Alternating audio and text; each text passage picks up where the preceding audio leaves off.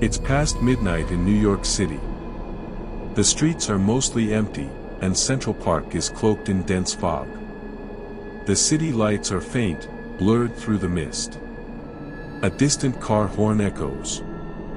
Somewhere, a dog barks, its sound muffled by the fog. The trees sway in unnatural patterns, their shadows stretching like fingers across the path. Emily, a curious 5-year-old, has somehow slipped out of her apartment. She clutches her worn teddy bear, her tiny hands gripping it like a lifeline. Her parents think she's asleep upstairs. But Emily doesn't know fear yet. She sees the park as a place of magic, shadows, and whispers.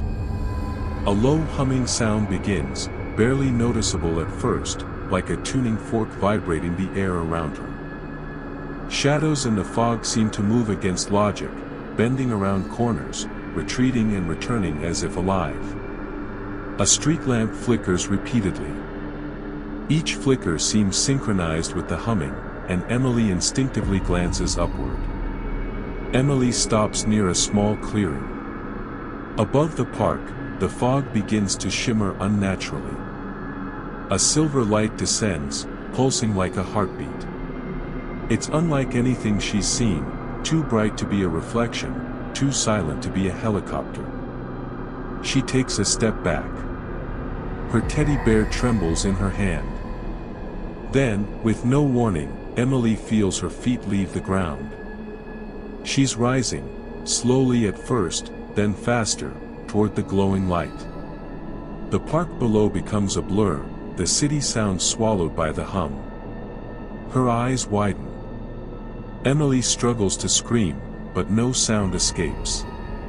The last thing she sees before being pulled upward, the flickering street lamp, spinning slowly as if watching her disappear. Emily's vision swirls with light. She's no longer in Central Park, she's inside a vast, otherworldly chamber. The walls shimmer like liquid metal, bending and flowing as if alive. Gravity feels wrong. She drifts in small arcs when she moves her tiny arms. The floor, or whatever feels like a floor, reflects her image, but distorted. Her eyes are too big, her hands too long. The humming is louder now, a low vibration inside her skull, echoing with every heartbeat. Each sound she knows, her own voice, footsteps, even her breathing, seems warped and distant. From the shimmering walls, figures emerge. Their forms are tall, thin, humanoid, yet disturbingly inhuman. Their skin reflects everything around them like mirrors, city lights, Emily's own terrified face, even the metallic shimmer of the chamber. Their eyes are endless black pools, absorbing light rather than reflecting it. They move without sound but seem to communicate directly in Emily's mind, sending telepathic whispers. Do you belong here? Are you afraid? Why are you afraid? Emily flinches and curls into herself, clutching her teddy bear, only to see it melt into metal in her hands, its once soft fur now cold, hard, and shimmering with the same unnatural light as the walls. Her mind struggles to understand. Shapes bend, lights pulse, and the floor stretches away from her in impossible angles. Shadows move independently of the aliens, stretching unnaturally as if alive. The hum resonates in her chest, syncing with her racing heartbeat, making it feel as though the ship itself is alive and watching her. She wants to scream, but her voice is gone, replaced by a mental echo, every thought magnified 1,000 times. Every fear she's ever had presses on her like a physical weight. The metal floor reflects things that aren't there, fleeting glimpses of other children, faces she doesn't recognize, shadows moving just out of sync. The air smells like ozone and cold steel, cutting into her senses. The walls ripple when she touches them, sending a shiver down her spine, as if the ship is reacting to her fear. One alien glides toward her. Its black eyes bore into her mind. A telepathic voice, calm but omnipotent, whispers directly inside her skull. Do you belong here? Emily's tiny body shakes. She can't answer. And as she tries to move, the walls ripple around her like water, and the light intensifies. Emily floats in the middle of the ship's shimmering chamber. The liquid metal walls ripple around her like water, bending light in impossible ways. The hum pulses through her bones, synchronizing with her heartbeat, making it feel like the ship itself is alive and aware of her every thought. The aliens glide silently around her, observing, but this time, they are interacting with her mind, not her body. Emily's thoughts begin to twist and stretch. Memories she knows, her first birthday, her bedtime stories, start blending with visions she has never lived. Her perception of time warps. She sees herself in other cities, in other homes, playing with children she doesn't know, whispering secrets she has never heard before. She tries to call for her parents, but the sound comes back distorted, like an echo inside a cave of mirrors. The ship's technology is terrifying and alien. Lights pierce the walls, forming geometric shapes that shouldn't exist in 3 dimensions. Surfaces fold in impossible angles. Emily reaches out, her hand passes through them, as though reality itself is flexible here. The aliens begin to probe her fear. They project visions of her parents in danger, of New York falling into chaos, of herself trapped forever in darkness. They don't touch her physically, but the terror they create is unbearable. Every hallucination feels real, immediate, and inescapable. Emily clutches her teddy bear, but it is still metallic, cold, and unnervingly heavy. Its reflective eyes seem to watch her like the aliens themselves. Shadows stretch unnaturally across the chamber. The hum resonates in patterns, as if the ship reads her thoughts and responds. She begins to realize that the aliens may not just be studying her, they may plan to keep her. Each attempt to escape is met with distorted space, walls bending, corridors looping, doors disappearing.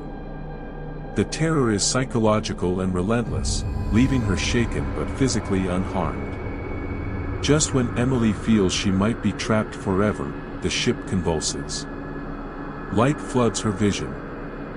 The walls ripple violently. Gravity shifts. She is suddenly expelled through the silver beam, spinning through the foggy New York night. The ship vanishes above, leaving only the cold, misty Central Park below. Her tiny body lands on the damp grass. She blinks. Everything is eerily quiet. The hum is gone. Emily lands softly on the damp grass. The fog swirls around her small body, muffling the distant sounds of New York. She shivers uncontrollably, clutching her teddy bear. But something is different. The bear's button eyes now reflect strange, shifting shapes, like tiny galaxies or eyes watching her. Emily tilts her head, trying to understand, but the patterns vanish as quickly as they appeared. The city is quiet, too quiet. The normal hum of traffic feels muted, the distant sirens faint and irregular. Even the streetlights seem dimmer, flickering in unnatural sequences. Her parents rush to her, panic and relief in their faces. They hug her tightly, but Emily notices, the world feels slightly off. Shadows move independently, not matching the shapes of objects. A familiar lamppost stretches slightly as she looks at it. Time seems distorted, the car clock ticks inconsistently, pedestrians pass like ghosts out of rhythm. Emily tries to explain what happened, but her parents dismiss it as a bad dream, unaware of the truth. Even as she is back with her family, Emily senses a lingering presence. She hears soft whispers when no one is around, like the ship is calling to her. Lights in the sky flicker at odd intervals, sometimes mirrored in her teddy bear's button eyes. Her bedroom at home feels smaller, yet familiar objects cast shadows that don't belong. She lies awake at night, staring at the ceiling, her mind racing with fragments of the alien ship, the experiments, and the endless black eyes. As she clutches her teddy bear, Emily whispers softly to herself. They're waiting. Days pass since Emily returned from Central Park, but nothing feels normal. She tries to explain to her parents what happened, but her words are dismissed as dreams or imagination. It wasn't a dream, she insists. The lights, the ship, the black eyes. Her parents exchange worried glances, thinking she's confused. But Emily knows the truth, the aliens haven't left her, they're still here. Small, unsettling signs begin to appear in her everyday life. The teddy bear moves slightly when no one is looking, its metallic sheen faintly shimmering.